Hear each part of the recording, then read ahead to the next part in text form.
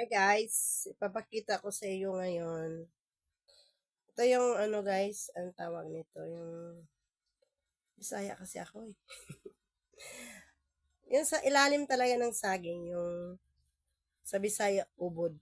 Yun, ito yung pinakanipis inano ko talaga siya.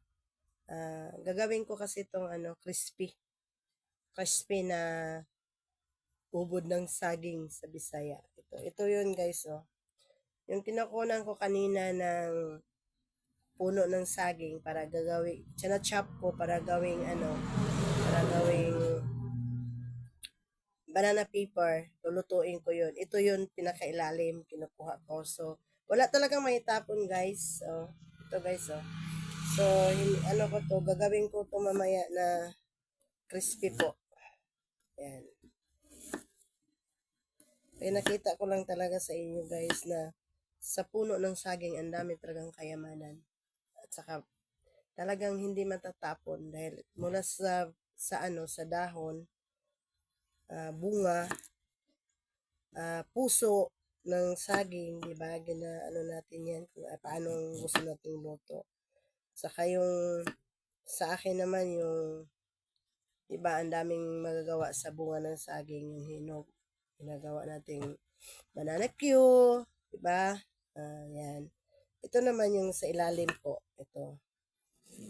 So, pwede rin itong ihalo guys sa lumpia. Yung lumpia pala. Yan, nakalimutan ko.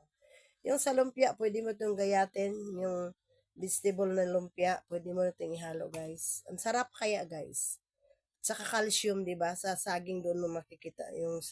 Makukuha natin doon ay calcium. Mamaya guys, lulutuin ko to. Hindi ko na to kasi ang dami ko kayang gagawin. Mag-ano pa ako. Mag-chop pa ako ng saging na gagawa ako ng banana paper. Ito po guys. Mamaya. Ibabad mo lang to sa guys. Tubig na may suka.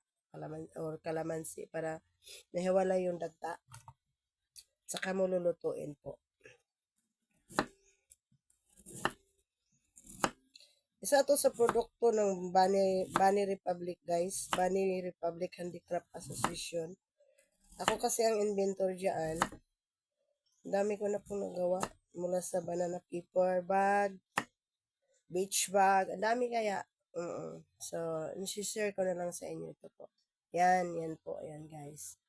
Saka mamaya ko na ito lulutuin, ibabad ko muna sa tubig na may suka or kalamansi para mawala yung dagta niya. Sarap kaya nito guys. Mamaya,